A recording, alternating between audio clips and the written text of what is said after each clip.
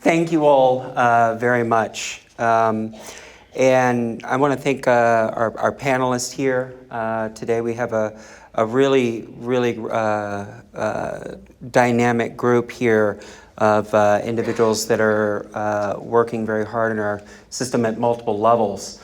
But before we dive into the panelists and the areas that they're addressing in their own respective roles, I do want to Mark's point, to just talk a little bit about some of what we're doing throughout the state. How many of you are familiar with the acronym ROSC? I'm doing something right. All right. So recovery-oriented system of care, we talk about, and I've heard it said here throughout the day, is that, we're funded for this, but we're asked to do this. So one of the vehicles in order for us to be able to do this is a recovery-oriented system of care framework. It is leveraging those partnerships, establishing those collaborative service relationships with traditional and non-traditional services and supports, our community stakeholders as well. And so when we talk about recovery, we're looking at, for ourselves, and the individuals we serve, we're looking at perhaps what is the recovery capital that they have that exists in their lives. But we, and you all as community service providers, you have to also ask yourselves, what is the capital that exists within our communities that we can utilize to help the individuals we serve get their needs met? And so that is where a recovery-oriented system of care then becomes a vehicle in order for us to be able to do that when we're only maybe funded to do this. One of the things that we've been doing is, as a part of the STR, through the STR grant, it's really exciting, and it's the first time we've really started collecting this type of information, is that we conducted a series of site visits around the state. And we just finished our 7th site visit last week. And we conducted one site visit in each managing entity region. And we went into these MAT provider organizations, and we looked for evidence of recovery support services. We didn't look just for the evidence of recovery support services, we also looked at how peer services were being integrated into MAT programs. And we did a series through those site visits of components. We looked at policies and procedures of those provider organizations. We looked at the job descriptions of the peer specialists themselves. We also conducted chart reviews of individuals receiving treatment services and employee interviews from provider program leadership and also peer supervisors. And we've been learning a lot of information that we really haven't learned or we've just known anecdotally before. And so what we've seen through those site visits is a lot of what I've been hearing today. And those are some of the challenges that we are currently facing. So I'd like to hear from our panelists here about how you are utilizing, Samantha, we'll start with you, how you are utilizing peer specialists in MAT services at Centerstone. So Centerstone has had, we call them recovery coaches, for over 15 years now. And we have the full continuum of addictions care. So we have used the recovery coaches as really that kind of frontline engagement for any of those levels of care. The biggest benefit of that is the connection they can make instantly, and then can kind of follow that person throughout that continuum. So folks that maybe are being screened out of inpatient, whether they don't meet criteria or there's not enough bed spaces, they'll engage them at that level. If they're admitted to the crisis stabilization unit or detox, they engage them there through outpatient or residential. We also offer MAT services across that continuum. They also, for as long as I can remember, we have had a daily group called a recovery support group every day at 10 a.m. And it is ran by the recovery coaches, and it's probably one of the most populated groups that we run. We ended up having to add one in the afternoon just because it got so big and it was so popular. But I have been there 11 years, and we've had that group for 11 years, probably more, but it's from what I can remember. And then they also do individual sessions to complement therapy, so they can do it the same week that the person has therapy or every other week or however it looks for that person. But if that person needs additional support, which most of them do, the recovery coach and the therapist work together to make that happen. And sometimes we see that the patient likes the recovery coach better, and so they'll dodge therapy and just go to the recovery support sessions. And so that's where it takes the kind of the communication with the therapist and the recovery coach to make that happen and tag team that patient. So that's how we utilize them. They do have a bit more flexibility than a therapist so that they can be available for those engagements as they come up, because sometimes we don't know when someone's going to be screened out. So we need them available to kind of see that person. So. Thank you. We talked a lot about engagement and retention, and one of the critical roles that peer specialists can fulfill is engaging folks into services. Ken, you perform a particularly very valuable role as a peer supporter working in emergency departments. Can you tell us about that role and what that looks like? Hi, everybody. Ken. My official title is MAT Peer Counselor, but I just got my Certified Recovery Peer Specialist certification. So primarily, thank you. And primarily I work out of the ED. I used to call it ER. Now that I'm in the hospital, it's the ED. And what I do is primarily in the morning, I'll go into the ED and I'll go up to the charge nurse and I'll ask if there's been any opiate overdoses. If there has, I usually ask what time did they come in, were they Narcaned?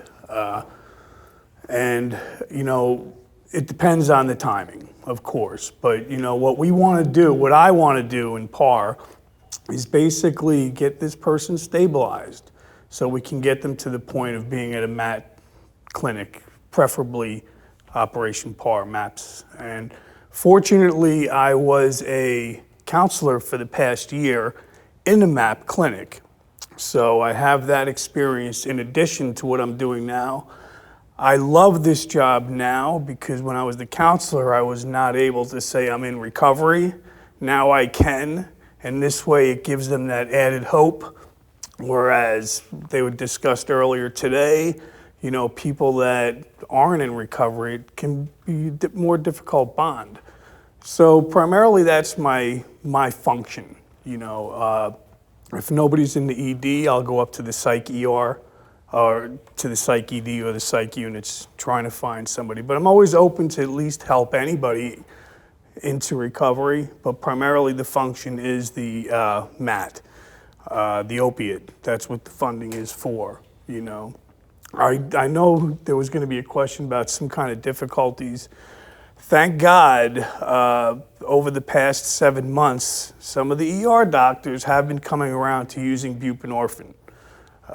That's so big because I had the opportunity of once or twice witnessing when the doctor gave the buprenorphine how much nicer the client was and would give urine, so there's well, great. Very pivotal part of this program is that buprenorphine and being able to soft hand the individual. The one stipend or the one barrier I kind of see is the timing. If there's no housing available or any beds available and they have to wait overnight, that may be a difficult situation, which does happen. But primarily, the main function for me is to get them into the medicated assisted treatment program. And it's working. I kind of provide data, monthly, and the success rate has been going up, so it's actually a good program we're doing. Thanks. Thank you, Ken. When we look at some of the roles that peers can perform, peers play a very valuable role in connecting individuals to community supports. Something that we saw out of the site visits that we've been conducting, and I've been hearing some of here today, is a lot of, the only option really is just 90 and 90. 90 meetings in 90 days, and that's the only type of that's the only type of community support that is offered. But we know there are multiple pathways to recovery, and that individuals should have the right to choose their own pathway. And we don't always see that being offered. And particularly, we often see as an intervention, and Michael will attend daily NA meetings as just one intervention. But when an individual is not really wanting to attend a traditional 12-step type modality support group, we don't often see many other options that are offered. One of the latest activities that's been going on, particularly in this area, in the Suncoast region, is I think we've seen a growth of MARA groups and being really effective. And when individuals don't feel that they can reveal that they are using MAT services, because that traditional 12-step approach culture does not really welcome that always. Ken, I wonder if you could talk about, in your role, on all the incredible work that you've been doing in supporting the community and promoting multiple pathways. Sure, thank you. I have the opportunity to work with peer specialists and with the providers, and we continue to promote recovery management. So often we see the providers doing a great job on acute care management within their provider level, but then the client comes up on 30 days, congratulations, you graduated, toodaloo, you're cured. And for those of us in recovery, we know that's not the case. Treatment ends at that point or starts to phase out, and recovery management starts to come into play. And we need support, we need housing, we need transportation, we need child care, we need access to health care, education, so many things that are piled up on us for various reasons. And so often recovery management has just gone to the wayside there. We all here encourage the clients to go to support groups of their liking. It might be AA, it might be NA, it might be Rational Recovery or Smart Recovery or Refuge Recovery or whatever there may be, Celebrate Recovery. One of the things that we've done in this region, and some have been successful, some not as successful, but it's continuing to grow, is what is called Medicated Assisted Recovery Anonymous. And Medicated Assisted Recovery Anonymous leaves the stigma at the door. In a traditional NA setting, if you are on medicated assisted treatment, you're not allowed to speak at the meeting because they do not consider you clean at the meeting. So if you're having issues with your own recovery, you can't talk. And that's what the support group is supposed to be able to do. So we've developed Medicated Assisted Recovery Anonymous in our region here and throughout the state, so that they can go in and freely talk about what wasn't so good that day, or what was great that day, or be able to just talk about how MAT is really assisting them in their recovery efforts. And I think it's a wonderful thing that they have that venue where they can go in and freely talk about that. The stigma is something that we continue to deal with. In fact, I admittedly, those of us in recovery, we have to get away from stigmatizing ourselves. I no longer say I'm an addict or an alcoholic. I'm a person in recovery, because I think those words themselves add to the issue of stigma. And so we have to deal with the stigma, and that is one way that we deal with the stigma. And we're dealing with the stigma in our society, but we also deal with the stigma within the provider level. We deal with the stigma at the emergency department level. We deal with the stigma everywhere.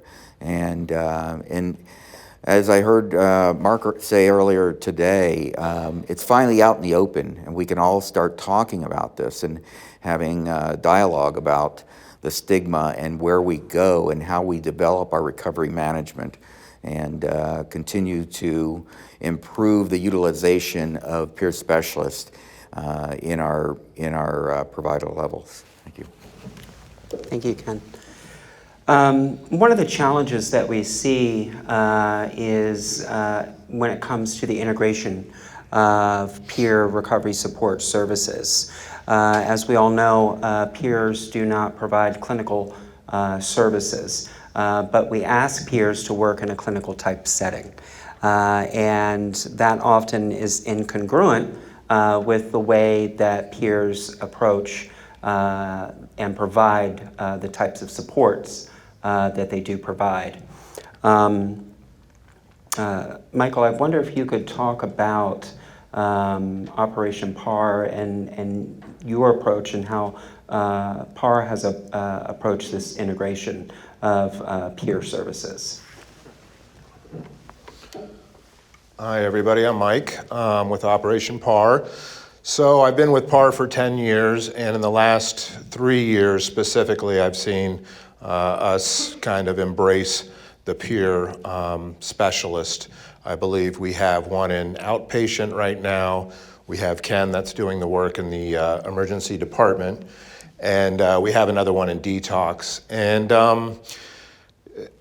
I can't say enough about, the immediate connection that can be made with a peer that is absent most times in other settings. An experience I had recently was, well, when Ken, I'm also a person in long-term recovery, and when Ken is out of the hospital, I fill in for Ken, and recently I was given a call to the emergency department, met with somebody, and as I walked in, I was kind of walking in through a cloud of Lysol that was being sprayed in the room from somebody that was, I guess offended by the, person that was in there that was kind of off the streets and looking for help. And as I sat down, I could immediately kind of connect with what that's like. And we had a talk. Operation PAR, the good thing about what Ken's doing is Operation PAR does have the medication-assisted treatment program, but we also have the detox program, the endocarditis program, the village for the women. So we have some different programs that they can come in. As PAR does the trainings, and Ken Brown from DCF came in and did the ROSC training and peer specialist training. I've seen also some of the culture shift within people that have been in this industry for a while and typically use, the abstinence base, model, and thinking about some potential challenges that could happen as a result of using a peer. The last thing we would want is a peer to work in this field and not take care of themselves to the point that they were able to do what they're, what we're hoping that they will do and connect with people. And a tragedy would be for a peer to not be able to take care of his own recovery. And I've actually seen that happen. So we want to make sure that we are supporting the peers in every way possible. I think PAR is really embracing and trying to do that. I think that's about what I have on that topic, but thanks for the question. One of the values, or one of the roles that peers can perform is connecting and bridging individuals to community supports. Samantha or Mike, either one of you, can you talk about how peer specialists in your MAT programs connect individuals to the community, something outside of just a community meeting or a meeting that might be in the community? Repeat the question. So how are peers perhaps working in your organization and helping individuals to connect to community supports, to natural supports within the community? So the peers that we have 4 total. Actually, we have 5. So when they work in different programs that all do kind of different things. But in the MAT program specifically, the peers, like I had said earlier, there's a connection that they can make and an engagement that they can make that a therapist can't, a case manager can't. I had a recovery coach once always say, I can say we and not you. And so part of their engagement is finding out what that patient wants or needs and accepting that. And so in that beginning, they find out, are they willing to engage in outside meetings or community supports? And if they are, to what level? And do they need support with that? And so sometimes they're able to go to that first meeting with the patient if they would like. We don't want to make it a habit of always going because we don't want them to be reliant on that, but that is something that we can do and we will do. Sometimes it's navigating transportation to those meetings or timeframes between work and all these other obligations. So they'll walk them through that pathway. And I think sometimes when people first get in recovery, they don't know all the different things that are available now because, like, MARA is somewhat new. And so they can also explain all of those different community supports to them. One thing that I've seen, if I did a little research, I think, on the validity of intake information from a person not in a peer recovery position versus a person like Ken who's in a peer recovery, what I'm getting at is I think the connection that he makes with the people that are coming in results in information a little bit more honest, I believe, because Ken has that shared lived experience. I think Ken also does a great job of knowing about, I don't know if it's personal experience or not, about some of the community support places and what it's like and the housing choices, housing options, and going in there and talking to people. But ASAM talks a lot about the best results are putting the person in the proper level of care based on need, and that can only really happen if you have accurate information to begin with. So what I'm thinking is a peer building that connection, that bond, and getting that one-on-one connection and then collecting some information, there might be a little bit more honesty about exactly what's going on. As a person in recovery, I can tell you, I lied quite a bit. So I think that helps definitely get the information that we need. It's not often that individuals have an option or are connected to an option, something other than your support group within the community. But we know that if we look at home health, purpose, and community, then we can really work with individuals to support them on their journey forward to their chosen pathway of what recovery looks like for them.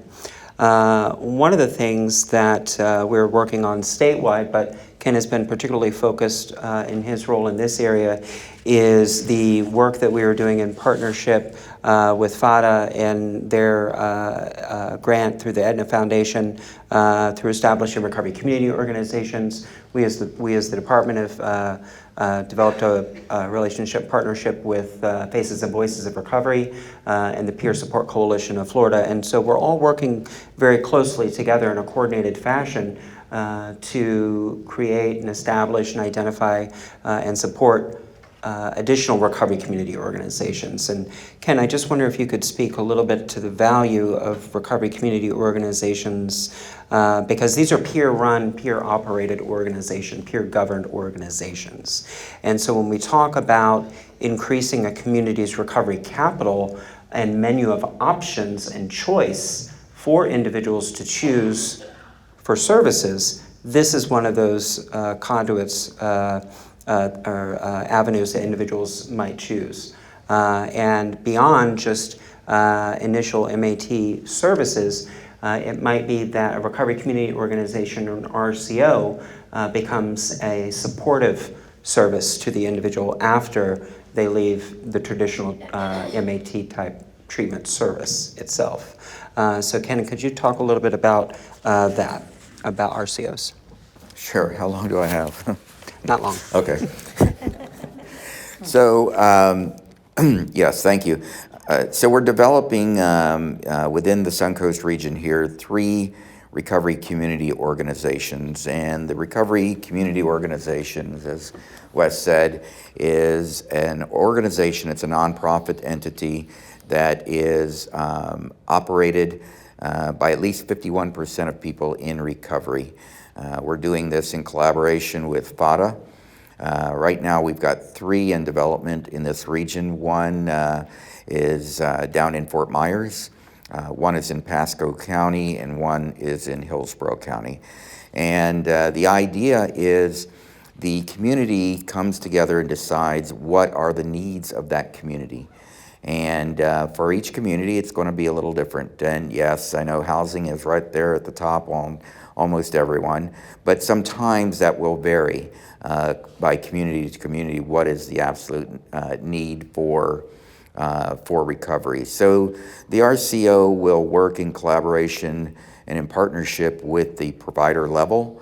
It will work in collaboration with the law enforcement. It will work with NAMI. It will work with community leaders, and they will help that person in recovery to find housing, to find transportation, possibly education. One of them has decided they might want a recovery high school right there in their building, and so we might pursue that in that one. It's what the community decides they need, and it's a great opportunity to increase, as Wes said, the recovery capital for those persons in recovery.